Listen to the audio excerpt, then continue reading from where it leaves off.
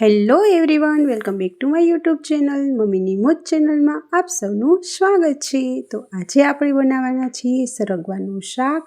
અને સરગવો ખૂબ જ હેલ્ધી છે શરીર માટે, એ તો સૌને ખબર છે। તો જો સરગવો મેં આ રીતે અહીંયા કટ કરી લીધો છે અને હવે આપણે આ સરગવાને બોઇલ કરવા માટે રાખી દઈશું। અને હા, જો તમે લોકો કુકરમાં બોઇલ કરતા હોય ને તો ખાસ એ ધ્યાન રાખવાનું કે સરગવો વધારે પડતો બોઇલ ન થઈ જાય, એટલે કે બહુ ચડી ન જાય, કારણ કે આપણે ભરેલા સરગવાનું શાક કરવાનું છે। તો અહીંયા જો સરગવાને મેં આ રીતે કટ કરી લીધો છે અને હવે છે ને અહીંયા મેં કડાઈ લઈ લીધી છે અને કડાઈની અંદર હવે સરગવાને આપણે બોઇલ કરવા માટે રાખી દઈશું।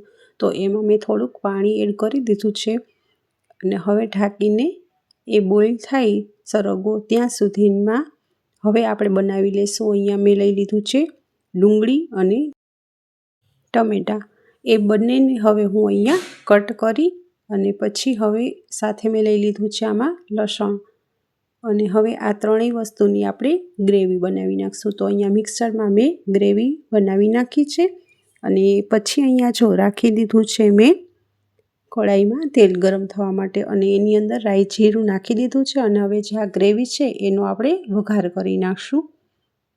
અને સાથે મેં એક બોઇલ કરેલું બટેકું પણ નાખી દીધું છે જેથી ગ્રેવી ઘટ લાગે। અને પછી હવે થોડી મગફળીના બી લઈ લીધા છે, જે એ બી છે એને અને આ ભાવનગરી ગાંઠિયા એ બંનેને આપણે ક્રશ કરી નાખશું મિક્સરમાં।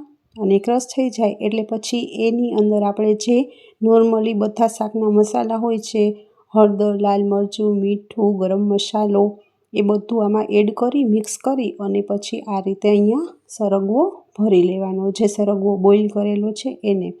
એ સરગવો ભરાઈ જાય પછી આપણે ત્યાં અહીંયા જે ગ્રેવી છે એ મસ્ત મજાની ચડી ગઈ છે, એટલે એમાં જે ગ્રેવીના ભાગનું લાલ મરચું નાખવાનું હોય, મીઠું નાખવાનું હોય, એ બધું મસાલો કરી નાખશું। અને આની અંદર ગરમ મસાલો પણ એડ કરી દીધો છે અને હવે જે આપણે આ સરગવો ભર્યો હતો એ અને સાથે જે આ મસાલો હતો એ બંને આપણે આમાં એડ કરી દઈશું અને થોડું પાણી નાખી અને પછી થોડી વાર માટે રહેવા દઈશું। તો આ મસ્ત મજાનું આપણું ભરેલા સરગવાનું શાક બનીને રેડી છે। ઉપરથી થોડી કોથમરી છાંટી દઈશું।